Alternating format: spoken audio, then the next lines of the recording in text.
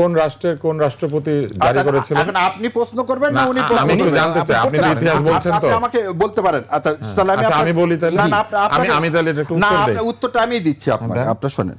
পরিপ্রেক্ষিতে একটু উত্তর দেন না, এখন আপনি আমার উত্তর দিচ্ছেন। না, আপনি অনেকগুলো প্রশ্নের উত্তর দিয়েছেন, আমি একটু উত্তরটা দিয়ে নিই। দ্বিতীয় কথা আপনি বলছেন আমি প্রশ্ন করি নাই, আমি এই সংবিধানটি ভারতের লিখে দেওয়া আপনি বলেছেন।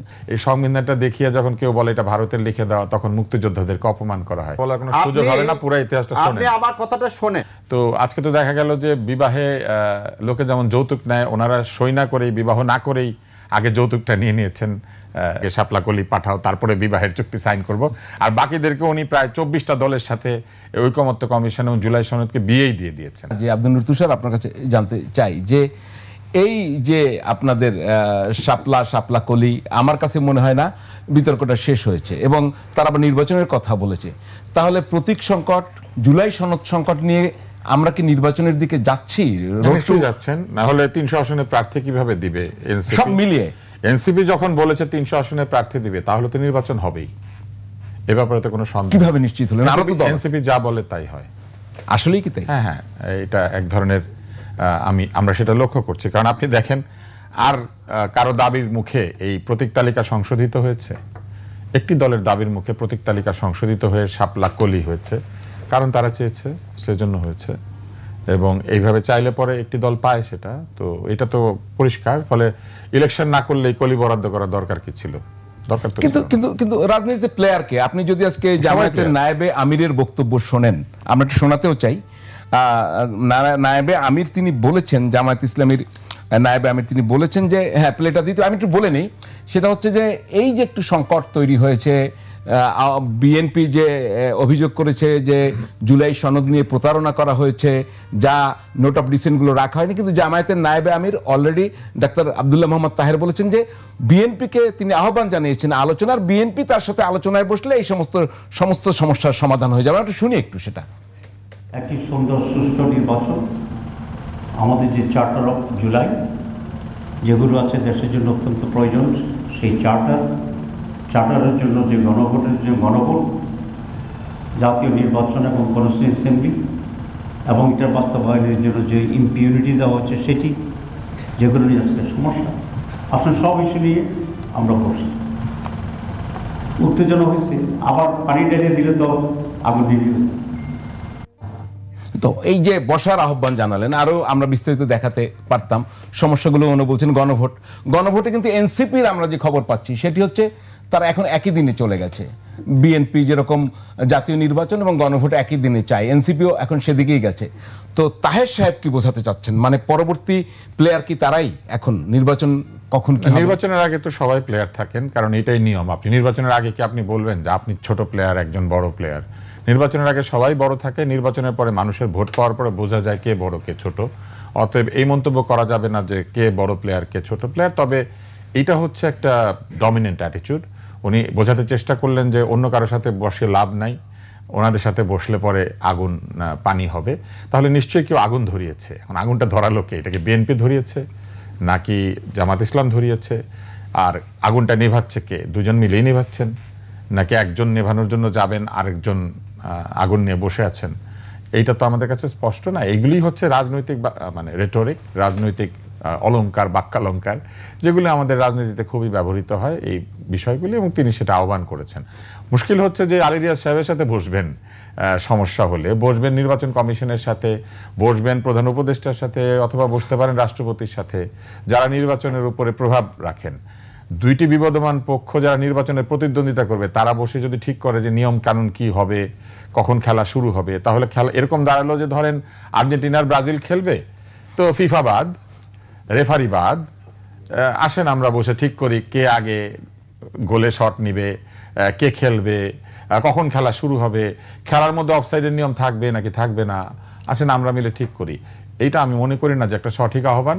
বরং বলা উচিত ছিল যে আসেন আমরা আবার প্রধান উপদেষ্টার মধ্যস্থতায় আমরা বসে এই ব্যাপারগুলি মীমাংসা করি। কারণ শেষ পর্যন্ত তো নির্বাচনে কি থাকবে থাকবে না এই সিদ্ধান্ত নেওয়ার, বা গণভোট কখন হবে হবে না, এটা তো রাজনৈতিক দলগুলি সিদ্ধান্ত নিতে পারবে না। সিদ্ধান্ত নেবে সরকার এবং সরকারের পরামর্শে নির্বাচন কমিশন, এবং যেখানে গণভোটের কোনো বিধান এখন সংবিধানে নাই। অধ্যাদেশ জারি করাতে হবে, সেই বা একটি আদেশ জারি করাতে হবে। যে আদেশ জারি করাতে গেলে, নির্বাহী আদেশ জারি করাতে গেলে আবার রাষ্ট্রপতিকে লাগবে। তো এই তো ব্যাপারগুলি আছে। আর একটি বিষয় আমি খুবই নরম আপত্তি উত্থাপন করতে চাই। এই সংবিধানটা দেখিয়ে যখন কেউ বলে এটা ভারতের লিখে দেওয়া, তখন মুক্তিযোদ্ধাদেরকে অপমান করা হয়। এই সংবিধানটা যারা লিখেছেন তাদের মধ্যে একজন ডক্টর কামাল হোসেন এখনো জীবিত আছেন। ওনাকে আপনি একদিন ডাকেন, এখানে জিজ্ঞেস করেন যে কোথায় বসে কোন জায়গাতে ভারতীয়রা এটা লিখে দিয়েছিল, এটা জানা দরকার। এই সংবিধান যদি আমরা বলি এইভাবে মুখেও যেটা অন্য কোনো দেশের লিখে দেওয়া, তাহলে আমি মনে করি সংবিধানকে অপমান করা হয়। এই সংবিধানের অধীনে গত 54 বছর 55 বছর ধরে যা যা হয়েছে, এমনকি এখনো যেটা হচ্ছে, এগুলিকে অপমান করা হয়। বদলাতে চাইলে বদলান, নিয়মের মধ্যে দিয়ে যা খুশি করেন করতে পারেন, যদি নিয়ম সেটাকে অ্যালাউ করে। কিন্তু এইটা বলা ঠিক না যে এই সংবিধানটা ভারত লিখে দিয়েছে বা কোনো দেশ লিখে দিয়েছে। এইটা বাংলাদেশের স্বাধীনতা যুদ্ধের পরে বাংলাদেশে লেখা হয়েছে এবং এটার জন্য একটা গণপরিষদও তৈরি হয়েছিল এবং তারপরে এই সংবিধানের অধীনে নির্বাচন হয়েছে একাধিক। এই সংবিধান সংশোধন করেই তত্ত্বাবধায়ক সরকার এসেছিল। এই সংবিধানের অধীনে রেফারেন্স নিয়ে এই যে ইন্টারিম গভর্নমেন্ট, সেটা তৈরি হয়েছে। এই সংবিধান চালু অবস্থাতে আগামী নির্বাচনটা হবে, তাহলে তো বলে দিতে হবে যে সবকিছু অন্যখান থেকে নাজিল হয়েছিল। আমি মনে করি না যে এইভাবে বলা উচিত না। এইটা আইনগতভাবে সিদ্ধ না, এটা আবেগে সিদ্ধ। রাজনীতিবিদরা যা খুশি বলতে পারে, কিন্তু আমি মনে করি যতক্ষণ পর্যন্ত এই সংবিধান বলবৎ আছে, আমরা এটাকে একটা পবিত্র ডকুমেন্ট হিসেবে বা একটা সেক্রেট ডকুমেন্ট হিসেবে, পবিত্র শব্দটা বিভিন্নভাবে ব্যবহৃত, সেক্রেট ডকুমেন্ট মানে যেটা নাড়াচাড়া করতে গেলে নিয়মের মধ্যে দিয়ে নাড়াচাড়া করতে হয়। আমি প্রশ্নটা করে নেই যে আপনি দুটো জিনিস বলেছেন। একটা প্রথমেই যে এই সংবিধানটি ভারতের লিখে দেওয়া আপনি বলেছেন, তো আমি আপনার কাছে জানতে চাই ভারত কি পদ্ধতিতে, কোথায় বসে, কিভাবে লিখে দিয়েছে, যদি একটু বলতেন। আচ্ছা, প্রথম সবিনয়ের সাথে আমার ভাই যেটা বললেন, আমি এটা এই কনস্টিটিউশন যদি আমার স্বাধীনতার, আমার মুক্তিযুদ্ধের চেতনার যদি সংবিধান হতো, সবার আগে আমি বলতাম যে এই সংবিধান আমার। এলএফও ভিত্তিতে 1970 সালে ইলেকশন হয়। এলএফওতে ছিল যে কেউ ইসলাম বিরোধী কোনো আইন, কোনো কিছু সংবিধানে ঢুকাবে না, কারণ এলএফও হচ্ছে মূল কথা ছিল যার ভিত্তিতে একটা কনস্টিটিউশন রচনা হবে। এবং আওয়ামী লীগ তার ইস্তেহারেও দিয়েছিল যে ইসলাম বিরোধী কোনো কথাবার্তা ঢুকানো হবে না। 70 সালে সেটা চাইলে আমার কাছে ডকুমেন্ট আছে, আমি দেখাতে পারি। আচ্ছা, সেকেন্ডলি 70 সালে সমস্ত ইলেকশনটা হলো ডিসেম্বর মাসে। একজন এমপিও শপথ নেয়নি। ওখানে বলা ছিল 120 দিনের মধ্যে যদি কনস্টিটিউশন রচনা না হয়, 90 দিনের মধ্যে যদি শপথ না হয়, তাদের এমপিত্ব চলে যাবে এবং ওই যে পার্লামেন্ট সেটা ডিজলভ হয়ে যাবে। বাংলাদেশে 25 মার্চ পাকিস্তান হানাদার বাহিনী 1971 সালে যে মানে বর্বরচিত আক্রমণ করলেন, সে আক্রমণের পরিপ্রেক্ষিতে আমরা মুক্তিযুদ্ধে ঝাঁপিয়ে পড়লাম। দুঃখের বিষয়, খুব খেয়াল করে দেখবেন, দুঃখের বিষয় 16ই ডিসেম্বর আপনি সাইন করলেন আত্মসমর্পণ দলিলে। কার কাছে সাইন করলেন? নিয়াজি অরোরার কাছে। আমার এমএজি ওসমানী সাহেব কোথায়? তাজউদ্দিন আহমেদ কোথায়? নজরুল ইসলাম কোথায়? মনসুর আলী কোথায়? কামরুজ্জামান কোথায়? একটা লোককেও পাওয়া যেত না সাইন করার জন্যে। এবার তুষার ভাইয়ের কথাই বলি। তুষার ভাই বলছে সিমলা চুক্তির কথা এক অনুষ্ঠানে। সিমলা চুক্তি সাইন করছে কে? ভারত আর পাকিস্তান। আমার স্বাধীনতা কোথায়? সিমলা চুক্তি বা ত্রিদেশীয় শেষ করে দিই, আপনার আমাকে একটু শেষ করতে হবে। আমি জায়গা মতো যেতে চাই। আমি আপনাকে আপনার জায়গা মতো দিলে আগে শোনেন, ইতিহাসটা শোনেন আগে, তারপর আপনি বলেন। আমাকে 1 মিনিটে শেষ করে দিন। অনির্ধারিত সময় দিতে পারবো না। না, আপনাকে নির্ধারিত শুনতে হবে। আপনাকে তিন দলীয় শুনে তিন দেশের মধ্যে একটা চুক্তি হয়, যে চুক্তির ফলে সেনাবাহিনী ফেরত দিয়েছিল। আমরা শেষ করে দিই। 72 সালে এই সংবিধান রচনা করার জন্য 10 তারিখে সংবিধান রচনা করার জন্য একটা আদেশ লাগবে। 10 তারিখে শেখ মুজিবুর রহমান বাংলাদেশ আসলেন। 11 তারিখে উনি রাষ্ট্রপতি হিসাবে প্রভিশনাল কনস্টিটিউশন অর্ডার দিলেন। উনি শপথ নিলেন না। শপথ ছাড়া উনি প্রভিশনাল কনস্টিটিউশন অর্ডার দিলেন কিভাবে? যে প্রভিশনাল কনস্টিটিউশন অর্ডারের উপর ভিত্তি করে বলতেছেন গণপরিষদ তৈরি হয়েছে, সে গণপরিষদ হলো না। সেকেন্ডলি, এই কনস্টিটিউশন জুন মাসে ডক্টর কামাল হোসেন নিয়ে গেল ড্রাফট ইন্ডিয়াতে। আচ্ছা, ইন্ডিয়াতে ড্রাফট নিয়ে গেল 1972 সালের জুন মাসে। অন দ্য ওয়ে, সে কি বললো? On the way to England তিনি এই ড্রাফট দিলেন ইন্ডিয়াতে। কার কাছে দিলেন? আগে শুনে নেন, ইন্ডিয়াতে দিলেন। এই ডক্টর কামালকে বললেন না উনি নিয়ে আসেন, ডক্টর কামালকে নিয়ে আসে সেটা বলেন, দিল্লিতে দিলেন। এবং আরেকটা না, কার কাছে দিলেন? এটা clear হতে হবে। দিল্লিকে না না, আগে কথাটা শুনুন। দিল্লি মানে কাকে? দিল্লি মানে ইন্ডিয়ার তৎকালীন সরকার প্রধানকে, ইন্দিরা গান্ধী। এই বিষয়ে তার বলার কিছু নাই। ক্লিয়ার, হ্যাঁ বলেন। তারপরে আপনি আসলেন 4 নভেম্বর যখন সুরঞ্জিত মানে না, তবে ইন্দিরা গান্ধী এই সংবিধানটা পেয়ে কি করলেন? আমার কথাটা আগে শোনেন। কেন এই কথাটা বললাম? আপনার অনুষ্ঠানে আর আমার আজকে কথা বলার কোনো সুযোগ হবে না, পুরো ইতিহাসটা শুনেন। আপনি আমার কথাটা শোনেন, যে আপনি বললেন, প্রথম বললাম না ইসলামের বিরুদ্ধে আপনি কোনো কিছু করবেন না, আপনি ধর্মনিরপেক্ষতা ইম্পোর্টেড করলেন কেমন করে? কনস্টিটিউশন যে ইন্ডিয়া, ধর্মনিরপেক্ষতাটা এই থিমটা ব্যারিস্টার সাহেব, আমি আপনাকে খুব স্পেসিফিক বলি, বলেন যে আমি কিন্তু স্পেসিফিক উত্তর জানতে চাই। আপনি ব্যাখ্যা দিচ্ছেন, দ্যাটস গুড। আমি কিন্তু একটু জানতে চাই, ভারত এই সংবিধানটা কোথায় বসে কিভাবে কোন দিন রচনা করে আমাদের দিল? আমাদের ক্রাফটেড বলা হয়েছে। ক্রাফটেড মানে ভারতের পরামর্শে যে সংবিধান হয়েছে তাকে বল ড্রাফটেড, না ক্রাফটেড মানে হচ্ছে শুরুতে বলছিলেন যে লিখে দিয়েছে, মানে এটা ভারতের লেখা সংবিধান, ভারত আমাদের লিখে দিয়েছে। আমি জানতে চাই, আমি বলি, আমি জানতে চাই আপনাদের খুব সিম্পল উত্তর, ভারত কোথায় কখন কিভাবে আমাদের এই সংবিধান লিখে আমাদেরকে দিল? আচ্ছা শোনেন, শেখ সাহেব তো ভারতের পকেটেই ছিল প্রথম থেকে, আর লেখার কি আছে? শেখ সাহেব তো বাংলাদেশ সরাসরি আসলেন না, ইন্ডিয়া হয়ে আসলেন না। আপনারা এই ইতিহাসকে কেন বিকৃতি করেন? শেখ সাহেব তো ইন্ডিয়ার পকেটের মধ্যে আছে, আপনার আর লেখা লাগবে কি জন্যে? এখন কি আমি বলবো যে ইন্ডিয়ার যেরকম সংবিধান দেখেন, ইন্ডিয়ার সংবিধান কিভাবে গণপরিষদে কিভাবে লেখা হয়েছে? আমাদের এই সংবিধান পাশ করার আগে কোনো গণভোট হয়েছে? হয়নি। সঞ্জিত সেনগুপ্ত সাইন করছে, কনস্টিটিউশনে করেনি। কাউকে তো আপনি সুযোগই দেননি। মৌলানা ভাসানী কোনো কথা বলতে পারছে, পারেনি। মুজাফফর হোসেন কোনো কথা বলতে পারছে, পারেনি। তাহলে হাউ ইটস রিফ্লেক্ট দ্য 7.5 কোটি জনগণের মতামতের সংবিধান কিভাবে? ক্লিয়ার। আপনার কিন্তু এই কথা বুঝতে, আপনার কথা বুঝতে আমার কিন্তু একটু অসুবিধা নাই। আমি আপনার ব্যাখ্যা, এক্সপ্লানেশন, আপনি যে সমস্ত প্রেক্ষাপট সবই আমার কাছে বোধগম্য এবং আমি যথেষ্ট এগুলো বুঝতে পেরেছি। শুধুমাত্র আপনি যেহেতু বলেছেন এই সংবিধান ভারতের লিখে দেওয়া, এইজন্য ক্রাফটেড, কারণ মূলনীতি সব হচ্ছে ভারতের সংবিধানে যা আছে তাই। আমাকে তো আপনি বলতেই দিচ্ছেন। আমি একটু প্রশ্নটা করি। আপনি স্পেসিফিক্যালি বলছেন, আরেকজন এখানে কিন্তু বক্তা রয়েছেন, আলোচক রয়েছেন, স্পেসিফিক বলেছেন এই সংবিধানটি ভারতের লিখে দেওয়া। আমি যদি রেকর্ড রিউইন্ড করে দেখাই আপনি দেখতে পাবেন। আমি শুধুমাত্র বিনয়ের সাথে জানতে চাই, ভারত কখন, কোথায়, কিভাবে লিখে আমাদের একটা পাঠিয়ে দিল? আচ্ছা, আপনার এই আপনি আমার প্রশ্ন এক লাইনে আমি আপনাকে একটা জিনিস বলি, নট রিটেন বাট ক্রাফটেড। পরে উনি একটু বদলেছেন। আমি আপনাকে বলে দিচ্ছি, ড্রাফটিং আর ক্রাফটিং এই দুইটা। আচ্ছা, আপনি এটা এখন ক্রাফটিং? না, আমি ড্রাফটিং এ বলে দিচ্ছি আপনাকে। মূলনীতি যা যা আছে সেই মূলনীতি আপনি এখন যদি বলেন কোথায়, কোন জায়গায়, এটা নয়াদিল্লিতে কি প্রেসিডেন্ট ভবন হয়েছে না পার্লামেন্ট ভবন হয়েছে, সেটা আমি জানবো না, ডক্টর কামাল হোসেন জানবে। কিন্তু আমি কেন বলতেছি, এটা ভারতের যে মূলনীতি, এই সংবিধানের মূলনীতি, যে মূলনীতির সাথে আমাদের স্বাধীনতা যুদ্ধ হয়নি, যে মূলনীতির সাথে এলএফওর কোনো সম্পর্ক ছিল না, যেহেতু এলএফওর কোনো সম্পর্ক ছিল না, অতএব এই মূলনীতি এসে ঢুকলো কিভাবে? আপনি যার উপর ভিত্তি করে ভোট করলেন, তার উপর ভিত্তি করে আপনি সংবিধান রচনা করলেন না, তাহলে সেই সংবিধান থাকে কিভাবে? আচ্ছা, এলএফওটা কোন রাষ্ট্রের কোন রাষ্ট্রপতি জারি করেছিলেন? এখন আপনি প্রশ্ন করবেন না উনি প্রশ্ন আমি করবেন? জানতে চাই, আপনি ইতিহাস বলছেন তো, আপনি আমাকে বলতে পারেন। আচ্ছা, তাহলে আমি বলি তাহলে। না, আমি তাহলে একটু উত্তর দেই। আপনার উত্তরটা আমি দিচ্ছি আপনাকে, আপনি শুনেন। হ্যাঁ, বলেন। আপনি দুইটা কথা, আরেকটা কথা বলছেন কিন্তু, যে ওই পরিপ্রেক্ষিতে একটু উত্তর দেন না। এখন আপনি আমার উত্তর দিচ্ছেন না। আপনি অনেকগুলো প্রশ্নের উত্তর দিয়েছেন, আমি একটু উত্তরটা দিয়ে নিই।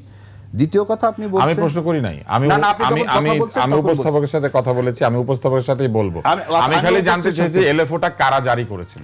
আমি সেটা আপনাকে বলছি। এলএফও 1970 সালে এলএফওর ভিত্তিতে, সমস্ত দলের এগ্রিমেন্টের ভিত্তিতে ইয়াহিয়া সাহেব জারি করেছিল এবং যার ভিত্তিতে নির্বাচন হয়েছিল। এই নির্বাচনটা হয়েছিল। এখন আমি একটু শেষেরটুকু না একটু বলে দিই।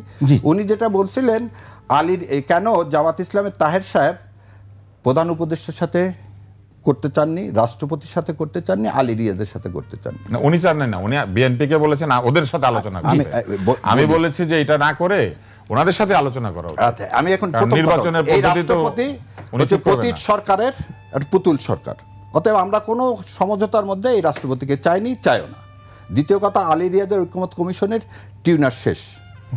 তাহলে আলী রিয়াজ সাহেব এখন ফাংশনস অফিসিয়াল, তার সাথে আর কোনো কিছু করার কিছু দুইজন বাদ। হ্যাঁ, তাহলে থাকে কে? প্রধান উপদেষ্টা। এবং আপনি হয়তো আজকে খেয়াল করবেন, প্রধান উপদেষ্টা অলরেডি প্রেস নোট দিয়েছেন, আগামীকালকে তিনি ঘোষণা করবেন কবে গণভোট অনুষ্ঠিত হবে এবং কিসের ভিত্তিতে জুলাই সনদের অর্ডারটাও কবে হবে। So it is tomorrow morning. কালকে একটা আছে 11টার সময় উনি বলে দিয়েছেন, স্পেসিফিক প্রেস নোটেও এসছে যে আগামীকাল 11টায় মিটিং হবে সেই মিটিংয়ের মাধ্যমে তিনি জানিয়ে দিবেন গণভোটটা কবে হবে এবং জুলাই সনদটা যে আদেশ, সে আদেশটা তিনি কিভাবে জারি করবেন। সো এই রাষ্ট্রপতির কথা বলাটা আর আজকের যে কথা বললেন কনস্টিটিউশন আজকে 2/3 কনস্টিটিউশন ইন অপারেশন, আজকে একটা অলিখিত আমরা একটা সংবিধানের মধ্যে দিয়ে যাচ্ছি যেভাবে ইংল্যান্ড সারা জীবন পরিচালিত হয়েছে। So we are now running under an unwritten constitution. আমরা একটু আগে মানে শুরুতে যখন আব্দুল নূর তুষার কিন্তু রাজনীতির ল্যাঙ্গুয়েজ নিয়ে একটা ছোট্ট কোশ্চেন তুলেছিলেন, যে ভাষা তার চেয়ে এই যে এখন নতুন ভাষার বিনির্মাণ হয় একদিনের ব্যবধানে, ভাষার বিনির্মাণ একদিনের ব্যবধানে, কেন বারবার বলছি, আমি নাসির উদ্দিন পাটোয়ারি এনসিপির তার দু একদিন আগের ভাষাই শোনাই। তিনি বিএনপিকে নিয়ে কি বলেছেন যে কাবিন যখন আপনার এই যে জুলাই সনদ নিয়ে প্রশ্ন তুলল বিএনপি যে আমরা যা বলেছি, যা সাইন করেছি সেটি পেশ করা হয়নি, তখন নাসির উদ্দিন পাটোয়ারি কি বলেছিলেন একটু দেখি। অলরেডি বলে দিয়েছে, তারা বিবাহিত রাজিও হয়েছে, কাবিন নামায় সাইনও করেছে, এখন তাদের না বলার কোনো অপশন নাই। আমরা যদি আরো একটি ভিডিও দেখাতে পারি, এই জমজমের পানি, বুড়িগঙ্গার পানি, একটু সেটা হচ্ছে মানে হ্যাঁ একটু দেখি। ওনাদেরকে এতদিন জমজমের পানি দিয়ে পরিষ্কার করতে চেষ্টা করেছি, এখন ওনাদের মাথাও ক্লিন হয় নাই, বডিও ক্লিন হয় নাই, কিছু নাই। এই জন্য আমরা মনে হয় এখন ওনাদেরকে বুড়িগঙ্গার পানি দিয়ে একটু পরিষ্কার করতে হবে। জি, আমি আর একটা দেখাবো না, এর আগের প্রোগ্রামে দেখিয়েছি, সেটাও বলেনি। এই গত সপ্তাহে কিন্তু তাদের যে আপনার আরেকজন আপনার নেত্রী তিনি বলেছিলেন যে জামায়াত এবং আওয়ামী লীগ একই মুদ্রার এপিটোপিট। তো আজকে জামাত খারাপ, কালকে বিএনপি খারাপ, আর যে ল্যাঙ্গুয়েজ। আচ্ছা, এখন আমরা রাজনীতিতে এই যে কাবিননামা, বিবাহ, জমজমের পানি, একই সঙ্গে আবার বুড়িগঙ্গার পানি, আমি জানি না তারপরে আবার চুবানো শব্দ আসবে কিনা। যদি শুরু করতেন আব্দুল নূর তুষার, যে এই ল্যাঙ্গুয়েজ আমরা কিন্তু আগে শুনেছি, আপনার মনে আছে, আমি এটা দেখাবো না, আমি বলে রাখি যে আপনার ক্ষমতাচ্যুত প্রধানমন্ত্রী শেখ হাসিনা তিনি কি বলেছিলেন পদ্মা সেতুর সময়, যে খালেদা জিয়াকে না তাকে টুপ করে ফেলে দেবেন আর ডক্টর ইউনূসকে একটা চুবনি দেবেন। সেই ল্যাঙ্গুয়েজের সাথে এটার মিল বা পার্থক্য দেখতে পান কিনা? এটা আপনি ভালো জানেন, মিল আছে না পার্থক্য আছে, যারা শুনছে তারা জানে, আমাদের বলার কি আছে। তবে ভালোই লেগেছে বিবাহের যুক্তিটা উনি দিয়েছিলেন। তো আজকে তো দেখা গেল যে বিবাহে লোকে যেমন যৌতুক নেয়, ওনারা সই না করেই, বিবাহ না করেই আগে যৌতুকটা নিয়ে নিয়েছেন। শাপলা কলি, এটা তো যৌতুকের মতোই, যে আগে শাপলা কলি পাঠাও, তারপরে বিবাহের চুক্তি সাইন করব। আর বাকিদেরকে উনি প্রায় 24টা দলের সাথে ঐকমত্য কমিশন এবং জুলাই সনদকে বিয়েই দিয়ে দিয়েছেন। তো এইসব ভাষা থেকে আমাদের সরে আসতে হবে, এবং তারা যে সরে এসেছেন এটা বেশ আনন্দের ব্যাপার। আমি তো এটাতে খুবই আস্থা এবং আনন্দ প্রকাশ করেছি যে এই যে ভাষা, সুন্দর ভাষায় ফেরত আসছি আমরা। এটাই তো এই বিপ্লব বলেন, অভ্যুত্থান বলেন, আন্দোলন বলেন, এটাই তো আমাদের ইচ্ছাটা ছিল, তাই না? এখন তো আর কাউকে তাড়ানো হটানোর বিষয় নাই, ফলে গালিগালাজ দেওয়া কিংবা কাউকে বাজে কথা বলা এগুলো তো আর থাকবে না। এটা তো আমি দেখছি যে এই জায়গাটাতে তারা বেশ আমাদের আশা পূরণ করেছেন, সুন্দর কথা বলেছেন। আর অন্য যে বিষয়টি আপনি জানতে চেয়েছেন যে আসলে রাজনীতির ভাষা কেমন হওয়া উচিত, পরিবর্তিত এই রাজনৈতিক পরিস্থিতিতে মানুষের আশা হচ্ছে রাজনীতিবিদরা একে অন্যের কোনো ব্যক্তিগত সম্মানহানিমূলক কথা বলবেন না, একজন আরেকজনকে প্রমাণ ছাড়া কোনো ধরনের অভিযোগ করবেন না, যে অভিযোগগুলি ফৌজদারি অভিযোগ, অর্থাৎ প্রমাণবিহীনভাবে একজন আরেকজনকে চোর বলা, ডাকাত বলা, শয়তান বলা, ইবলিশ বলা, এগুলো বলা ঠিক না। তারপরে হচ্ছে রাজনীতিবিদরা এমন কোনো বক্তব্য দেবেন না যেটা ধোঁয়াশাপূর্ণ, যেটা বললে পরে আমরা বুঝি না আসলে তিনি কার বিরুদ্ধে বলছেন, কেন বলছেন। এবং রাজনীতিবিদরা এমন কোনো কথা বলবেন না যেটা সকালে বলার পরে বিকালে বদলে ফেলতে হয়, সকালে এক কথা বলবেন, বিকালে আরেক কথা বলবেন, এগুলো আমরা আশা করি না। তো সেই কারণে আমার কাছে মনে হয়েছে যে এই যে পরিবর্তনটা, এটা ইতিবাচক পরিবর্তন। তবে ধরেন কলি না হয়ে যদি শাপলা হতো এবং ছড়া যদি লিখতে হতো, তাহলে একটু মাথা খাটিয়ে দেখেন যে ছড়া লেখা কত কঠিন হয়ে যেত। হ্যাঁ, শাপলার সাথে মিল দিয়ে যদি ছড়া লিখতে হতো। তো এটা আমার মনে হয় কলি হওয়াতে ভালো হয়েছে, কলি হওয়াতে ভালো হয়েছে। আপনি শাপলার সাথে মিল দেন, একদম আমি আপনার সাথে এই খেলাটা এখন খেলতে পারি যে শাপলা বলার সাথে সাথে আপনার প্রথম কোন শব্দটা মাথায় আসে? না, আমি এত কবিত্ব সম্পন্ন নয়। হ্যাঁ, এই কবিত্ব সম্পন্ন আপনার না। কোনটা আসে না, মাথায়? আমার কোনো কিছু আসে না। এই যে আমি সবার কাছে বলে দিয়েছি, জনগণ এখন চিন্তা করবে। এটা একটা মজার খেলা আছে, এই খেলাটা ডেভিড কপারফিল্ড খেলতেন জাদুতে। উনি একটা কিছু ভাবতেন এবং বলতেন যে আমি যেটা ভাবছি আপনারা সেটা ভাবছেন, অথবা আপনারা যেটা ভাবছেন আমি সেটা ভাবছি। তারপর উনি টেলিভিশনে বলে দিয়েছিলেন।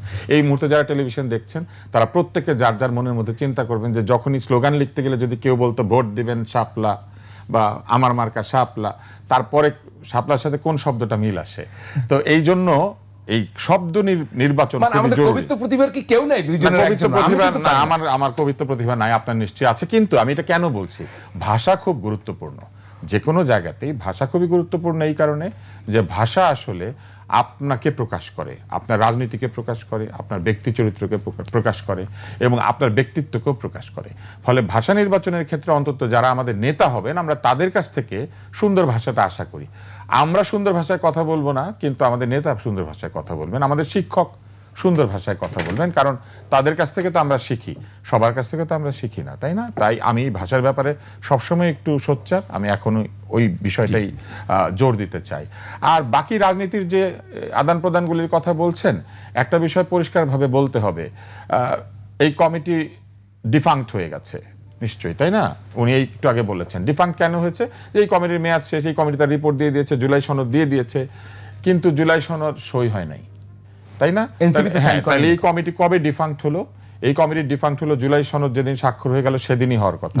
কিন্তু এই কমিটি আবার এরপরে জুলাই সনদে নানান প্রস্তাব এনে দিচ্ছে, তারপরে এই কমিটি জুলাই সনদে পরিবর্তন এনে দিচ্ছে, তারা তো এটা ডিফাঙ্ক্ট হয় নাই, তাহলে তো এটা এখনো ফাংশনে আছে। এবং এই কমিটি ফাংশনে আছে বলেই তো এই স্বাক্ষর তো কমিটির কাছে গিয়ে দিতে হবে, তাই না? প্রধান উপদেষ্টা হচ্ছে এই কমিটির চেয়ারম্যান, তো উনি না হয় ডিফাঙ্ক্ট হয়ে গেছেন, কো চেয়ারম্যান আলী রিয়াজ ডিফাঙ্ক্ট হয়ে গেছেন, প্রধান উপদেষ্টা তো ডিফাঙ্ক্ট হয় না, এই কমিটির চেয়ারম্যান তো স্টিল দেয়ার। সো এই কমিটি ডিফাঙ্ক্ট হলো, কমিটির চেয়ারম্যান ইজ ফাংশনাল। কমিটি না থাকলে চেয়ারম্যান কিভাবে ফাংশনাল থাকে? কমিটি নাই, কমিটি না থাকলে পরে স্বাক্ষর কে নিচ্ছে? আমার তো সেটাই প্রশ্ন যে স্বাক্ষর কে নিচ্ছে? এনসিপি স্বাক্ষর করবে না এখন? এটার মধ্যে পরিবর্তন কে আনছে? বিকল্প প্রস্তাব কে দিচ্ছে, তাই না? বিকল্প প্রস্তাব আসলো না দু একদিন আগে, তাহলে এটা কারা দিল? কোন কমিটি, কার পক্ষ থেকে বিকল্প প্রস্তাব আসলো? গণভোট আয়োজনের প্রস্তাব আসলো না কয়েকদিন আগে, খসড়া, এটা নিয়ে আলোচনা হলো না, তাহলে ডিফাঙ্ক্ট কমিটি প্রস্তাব দিচ্ছে। আমাদের মনে হয় কিছু কিছু বিষয় চিন্তা করা উচিত। আর এই সংবিধানটা অলিখিত হয়ে গেছে, আমি একদম এইখানে বসে আমি মাননীয় প্রধান বিচারপতির কাছে একটু আর্জি জানাতে চাই। এটা তো এইভাবে নিয়ম না, কিন্তু আমি আর্জিটা এইভাবে জানাতে চাই, উনি যদি একটু স্বতঃপ্রণোদিত হয়ে কোনো বিচারপতিকে বলতেন, আমাদেরকে ব্যাখ্যা করতে যে বাংলাদেশে অলিখিত সংবিধান আদৌ চালু আছে কিনা, যদি চালু থেকেই থাকে এই অলিখিত সংবিধান সম্পর্কে জনগণ কিভাবে অবহিত হচ্ছে। যেই সব দেশে অলিখিত সংবিধান চালু আছে সেই সব দেশে হাজার বছর ধরে, শত বছর ধরে, দীর্ঘ সময় ধরে এটা চালু আছে। যেমন ব্রিটেন, কয়টা দেশে এরকম অলিখিত সংবিধান আছে? এবং ব্রিটেনের যে সংবিধান, এই সংবিধান অলিখিত, কিন্তু উনি তো আইনজ্ঞ মানুষ, ওইখানে যে কোর্টের যত প্রসিডিংস আছে, বিভিন্ন সময়ে যে সাংবিধানিক যেসব রায় এবং সাংবিধানিক সিদ্ধান্ত কোর্ট থেকে এসেছে, এই সিদ্ধান্তগুলোর ভিত্তিতেই এই সাংবিধানিক আলোচনাটা হয়। লিখিত নাই, কিন্তু নজিরের উপরে স্থাপিত হয় এই তাদের কার্যক্রম।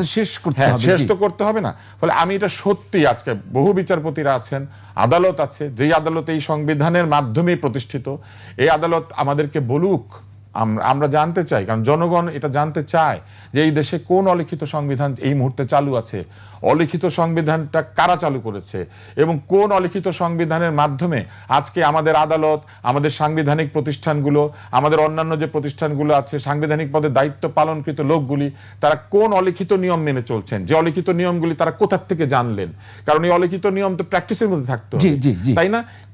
এই যে ধোঁয়াশাপূর্ণ কথাবার্তা, এইসব কথাবার্তা থেকে আমাদের সরে এসে নির্বাচন করে সংসদে গিয়ে জনগণকে জানিয়ে সংবিধান রাখবেন না, লিখিত রাখবেন না, অলিখিত রাখবেন, এই সবকিছু যদি আমাদেরকে জানাতেন সাধারণ জনগণ, আমরা বিশ্বাস করি যে এই সংবিধানে আর কিছু ভুল যদি থাকেও জনগণই যে সংবিধানের ক্ষমতার উৎস, এটা তো ভুল না। যদি এটা ভুল না হয়ে থাকে তাইলে জনগণকে এই জবাবদিহিতাটা করতে হবে রাজনীতিবিদদেরকে, যে তারা যা করছেন আমাদেরকে জানিয়ে করেন, আমাদেরকে বুঝিয়ে করেন, আমাদেরকে জানতে দেন। আমরা যেতে চাই যে আমি ওই জায়গা থেকে আসছি যে কমিটি তো নাই, তাহলে কমিটির কাজ কিভাবে চলে? ধরেন কমিটি থাকলেই না কমিটির চেয়ারম্যান, উনি প্রধান উপদেষ্টা, দ্যাট ডিফারেন্ট কেস, কিন্তু কমিটি তো নাই, তা এটা কিভাবে কাজ করে? আপনাকে একটু বলে দিই, ভাই যেটা বলছে, ভাইয়ের শেষ কথাকে আমি সমর্থন করি। শোনেন, কমিটি প্রতিটা জিনিস একটা লাইফ লাইন আছে। জি। সো এই কমিটির টাইম এক্সটেনশন করা হয়েছে কিভাবে? জুলাই সনদ মানে ইমপ্লিমেন্ট করা হবে, তার জন্য তার লাইফ লাইনটা শেষে এক্সটেন্ড করা হলো, এবং সেটাও তারা প্রস্তাবনা দিয়ে দিল যে জুলাই সনদ প্রথমে একটা আদেশ হবে, গণভোট হবে, এবং একটা কনস্টিটিউয়েন্ট অ্যাসেম্বলির মাধ্যমে জুলাই সনদ পাস হবে, হয়ে এই কমিটিটা শেষ হয়ে গেল। এখন এনসিপি সাইন করবে, কেমন করে করবে, কিভাবে করবে, সেটা প্রধান উপদেষ্টা এর জন্য আবার আলাদা কোনো আদেশ জারি করবেন কিনা সেটা করতে পারবেন, কিন্তু এই কমিটির আর কোনো লাইফ লাইন নাই। যদি বলেন আমার ব্যক্তিগত অভিমত, এই জুলাই সনদে নতুন করে কোনো আদেশ, এই তত্ত্বাবধায়ক সরকার ব্যবস্থা যদি কোনো আদেশ পাশ না করে, তাহলে এনসিপি সাইন করার কোনো সুযোগ নেই। একটা জায়গায় আছে, জুলাই সনদের একটা জায়গায় লেখা আছে, যদি পরবর্তীতেও কেউ যদি এই জুলাই সনদ অ্যাকসেপ্ট করে নেয়, সে তাহলে সাইন করতে পারবে। সো এইটাকেও আমি বলতেছি শুভঙ্করের ফাঁকে, এটা রাখাটাও উচিত হয়নি। কারণ সনদের মধ্যে আপনি কার জন্য, খালি এনসিপির জন্য কেন আপনি সুযোগ করে রাখবেন? NCP is not a king's party. সে যদি সমস্ত দলের মতো হয়ে থাকে, তাহলে তার জন্য আপনি বিশেষ কেন ব্যবস্থা করতেছেন? এটা তো জনগণ হিসাবে আমার মনেও তো ব্যথা দেবে কি এই সরকার কি তাহলে খালি এনসিপির জন্য কি এই সরকার না? এই সরকার এই যে বললেন ভাই, যেটা বললেন আর্টিকেল 7-এ আছে সকল ক্ষমতার উৎস জনগণ। এই 5 তারিখের অভ্যুত্থানের পর, বিপ্লবের পর এই জনগণ ওনাকে বসাইছে। এই যে প্রধান বিচারপতির কথা বললেন না, সংবিধানের কোন জায়গায় আছে যে সমস্ত বিচারপতিরা পালা যাবে এবং সর্বময় ক্ষমতার উৎসই জনগণ, প্রধান বিচারপতি পাঠাবেন একজন হাইকোর্ট ডিভিশন থেকে? বাংলাদেশ ইতিহাসে নাই, বাংলাদেশের ইতিহাসে 106-এর কথা বলতেছেন, 106-এর সার্টিফাইড কপি পাওয়া যায়নি। 106-এ বলা আছে শুনানি করে তারপর আদেশ দিতে হবে। ওই দিন আপনারা সবাই জানেন যে 4 জনকে খুঁজে পাওয়া ছিল না, 2 জন ক্যান্টনমেন্টে ছিল। তো ক্যান্টনমেন্টে বসে আপনি শুনানি করলেন কিভাবে, আর 106 দিলেন কিভাবে? আমি তো প্রশ্ন করি আপনাকে। তাহলে 106-এর এই সরকার না, এই সরকার হচ্ছে জনগণের সার্বভৌম ক্ষমতার এক্সারসাইজ করে এই সরকারকে বসানো হয়েছে। আচ্ছা, না একটু আপনাকে আমি বলি, তাহলে আপনি বলছেন যে ওই প্রক্রিয়াটি কমপ্লিট হয়নি, কিন্তু সেটাই তো বলা হচ্ছে ওই প্রক্রিয়াটি অবৈধ। এবং তার একটা প্রমাণ দেখেন, এই সনদে কিন্তু আর 106-এর কথা বলেনি। সংবিধানে যে আমি আপনাকে দেখাই, এই সনদে 106 ইচ্ছাকৃতভাবে ওই জন্য ওনারা সরায় দিলেন যে 106-এ তো এই সরকার না, সেই জন্য সনদে আপনি বলছেন সুপ্রিম কোর্টের যে রেফারেন্সের কথা, চিফ জাস্টিস রেফারেন্সের কথা, সেটি হয়নি, অবৈধ আপনি বলছেন? অবশ্যই এটা আমার কথা অবৈধ, এবং তার কোনো খোঁজই পাওয়া যাচ্ছে না। যেটা খোঁজ পাওয়া যাচ্ছে সেটা নিয়ে আপনি ওই চিলে কান নিয়ে গেছে, তার উপরে আপনি দৌড়াচ্ছেন যে আপনি শুনছেন 106, আপনি দেখতেছেন না, একটা নীল কাগজ দেখা যাচ্ছে। আপনাকে আরেকটু বলি, এই তত্ত্বাবধায়ক সরকারের হিয়ারিংয়ের সময় আমি এই অর্ডার চাইছিলাম ওই জাজমেন্টের মধ্যে আসুক, সেজন্য সার্টিফাইড কপির জন্য আমি দরখাস্ত করছি, আজ পর্যন্ত সার্টিফাইড কপি পাওয়া যায়নি। তাহলে অর্ডার হলে তো ভাই সেটা সার্টিফাইড কপি পেতে হবে, না হলে কি তাকে অর্ডার বলা যাবে? যাবে না আইনের ভাষায়। তাহলে 106-এর কোনো অর্ডার ছিল না। এই সরকার জনগণের সার্বভৌম ক্ষমতার সরকার। এই সরকার কোনো পার্টিকুলার কোনো রাজনৈতিক দলের না, কোনো মানুষের না। এটা আমাদের সবার আর্টিকেল 7, কোনো সাংবিধানিকও না। এই সরকার দেখেন, সাংবিধানিক এই সরকার হওয়ার কোনো সুযোগ নেই। দুইটা জিনিস দেখেন, কেন এই সংবিধানে অন্তর্বর্তীকালীন সরকারের কোনো হওয়ার কোনো সুযোগ নেই। দ্বিতীয় কথা, অনেকেই বলে শপথ নিছেন এই সরকার এই সংবিধানকে কি করে এই রক্ষা করবেন, রাষ্ট্রপতির কাছে শপথ নিয়েছে। এই কথাটা শোনেন, এই শপথের যে বিধান আছে 4th তফসিলে, সেখানে অন্তর্বর্তী সরকারের গঠনের কোনো শপথ নেই। এই শপথটা নিছেন ওই যে বললাম অলিখিত সংবিধান, যেটা তারা প্রোটেক্ট করবে, সেই অলিখিত সংবিধান। শপথটা কি মানে দাঁড়াইলো? শপথটা মানে দাঁড়ালো হচ্ছে যে জনগণের কাছ থেকে আমি দায়বদ্ধ যে এই দেশের কার কাছে? এই আপনি রাষ্ট্রপতির কাছে নিছে। হুইজ রাষ্ট্রপতি তাহলে? এখন আপনাকে নমিনাল হেড কিভাবে এই গোদামিল, এটা সেই 71 সাল থেকে এই গোদামিল চলে আসতে। বললাম তো, শেখ মুজিবুর রহমান শপথ না নিয়ে প্রভিশনাল কনস্টিটিউশন অর্ডার দিয়ে দিয়েছে, গোদামিল সেখান থেকেই শুরু। জি, আব্দুল নূর তুষার, আমি তো এখন বিভ্রান্ত। আপনি কি বিভ্রান্ত না কিছু বলতে চান? আমি কোনো বিভ্রান্ত না। আসলে ডিক্লারেশন অফ ইন্ডিপেন্ডেন্স বলে একটি আমাদের বিষয় আছে, যে ডিক্লারেশন অফ ইন্ডিপেন্ডেন্সের মাধ্যমে বাংলাদেশ নিজেকে রাষ্ট্র হিসেবে ঘোষণা করেছিল, এবং রাষ্ট্র হিসেবেই বাংলাদেশ তার নিজের সেনাবাহিনী তৈরি করেছে, নভেম্বর মাসে বিমান বাহিনী, নৌবাহিনী তৈরি করেছে। রাষ্ট্র হিসেবেই আমরা সেই রাষ্ট্রের স্ট্যাম্প প্রকাশ করেছিলাম, এমনকি আমরা দলিল প্রকাশ করেছিলাম। ফলে রাষ্ট্র হিসেবে বাংলাদেশ কিন্তু নিজেকে, এবং সরকার হিসেবে বাংলাদেশ নিজেকে ডিক্লারেশন অফ ইন্ডিপেন্ডেন্সের মাধ্যমে কিন্তু 26শে মার্চ থেকেই স্বাধীন ঘোষণা করেছে। এখন কে তাকে স্বীকৃতি দিল না সেটা পরের বিষয়, কিন্তু আমরা আমাদের জনগণের তরফ থেকে আমরা কিন্তু এই রাষ্ট্রটি ঘোষণা করেছিলাম, যেখানে কিন্তু উল্লেখ করা ছিল কে রাষ্ট্রপতি, কে এই রাষ্ট্রের অন্যান্য পদগুলিতে আছেন, অস্থায়ী কে, স্থায়ী কে আছে, কিন্তু আপনি উল্টা দেখতে পারেন। হ্যাঁ, তো এবং মুজিবনগরে যে ঘোষণাটা দেওয়া হয়েছিল। তো অতএব এই যে বিষয়টি, এইটা নিয়ে আমি আইনগত তর্কে যেতে চাই না। ওই কারণেই ওই অবস্থায় উনি রাষ্ট্রপতি হিসেবে বাংলাদেশে ফিরে এসেছিলেন। কারণ একটা বই আছে, আপনি দেখবেন যে উনি এখানে নেমেই বলেছিলেন যে উনি থাকতে চান না, উনি প্রধানমন্ত্রী হতে চান। এটা তাজউদ্দিন সাহেবের যে মেমোয়ার আছে সেখানে এটা বলা আছে। তো সেইটা আমরা পরে যাই। তো আরো একটা বিষয় আমার ভালো লেগেছে যে উনি বলছেন যে কোন ক্ষমতা বলে এই তখন এই নির্দেশ দেওয়া হয়েছিল, কিন্তু উনি আবার বলেছেন আত্মসমর্পণের সময় কোথায় ছিল তাজউদ্দিন, কোথায় ছিল কামরুজ্জামান। তো কোন ক্ষমতা বলে তাজউদ্দিন আর কামরুজ্জামান ওইখানে থাকবে ওই আত্মসমর্পণের দিন, তাই না? এটা হচ্ছে সবিরোধী বক্তব্য। এবার আসেন আপনি যেটা বলছেন অলিখিত সংবিধান 106 রেফারেন্স নেওয়া হয় না উনি বলেছেন। আমি এটা নিয়ে কোনো তর্ক করব না। আমি একদম 2 মিনিট সময় দিতে পারবো আপনাকে। আমি এটা নিয়েও কোনো তর্ক করব না, কারণ ওনারাই জানেন 106 রেফারেন্স হয়েছিল নাকি হয় নাই। ওনারাই সেখানে উপস্থিত ছিলেন, আইনবিদরা ছিলেন, ওনার জামাত ইসলাম ছিল না, জামাত ইসলাম ছিল ওইখানে যখন সরকারটা গঠিত হয়। রেফারেন্সের সময় ছিল আমি বলি নাই, কিন্তু সরকার যখন গঠিত হয় তখন তো এখানে তারা ছিলেন, বিএনপি ছিল, অন্যান্য যে পক্ষ তারাও ছিল, তাদের সামনেই ঘটনাটা ঘটেছে। তারা এতদিন পরে যদি এটাকে অবৈধতা বলেন, তারা যদি এখানে কোনো আপত্তি তোলেন, এগুলো তাদের ব্যাপার। তারা আইন এবং শৃঙ্খলার দিক থেকে এগুলো বিবেচনা করবেন। আমি শুধু যেটা বুঝি সেইটা হইলো যে বাংলাদেশের বিদ্যমান আইন অথবা প্রচলিত আইন অথবা সংবিধান অথবা যা কিছুই আছে না কেন বাংলাদেশে, সেইখানে কোথাও জীবনে কোনোদিন অলিখিত সংবিধান নামে কোনো বস্তু ছিল না। যদি আপনি বলেন যে আমাদের ইচ্ছা মতো চলতেছে, আমি সেটা মেনে নিব, কিন্তু অলিখিতর পর একটা সংবিধান জুড়ে আপনি যদি বলেন একটা সংবিধান আছে যেটা অদৃশ্য, আমরা জানি না, উনি জানেন, তাইলে মুশকিল। আমিও তো জনগণ, আমি জানি না কেন অলিখিত সংবিধানের মধ্যে কি আছে, অলিখিত সংবিধানে কোনটা করা যাবে এবং কোনটা করা যাবে না। আমি কোন সংবিধান মানবো, অলিখিতটা নাকি লিখিতটা? কারণ লিখিতটাও মানা হচ্ছে, লিখিতটাও মানা হচ্ছে, অলিখিতটাও মানা হচ্ছে। শেষ করতেই হবে। এই ধরনের বক্তব্য অত্যন্ত সাংঘর্ষিক। আমি এই জন্যই আদালতের কাছে, আমি জানি না কেমনে রেফারেন্স চাই, তাদের কাছে আমার স্বনির্বন্ধ অনুরোধ, যদি কেউ থাকেন, কোন উকিল থাকেন, কোন ব্যারিস্টার থাকেন, তাহলে তারা একটু গিয়ে বলেন আমাদেরকে ব্যাখ্যা করে দিতে যে কোথায় অলিখিত সংবিধান।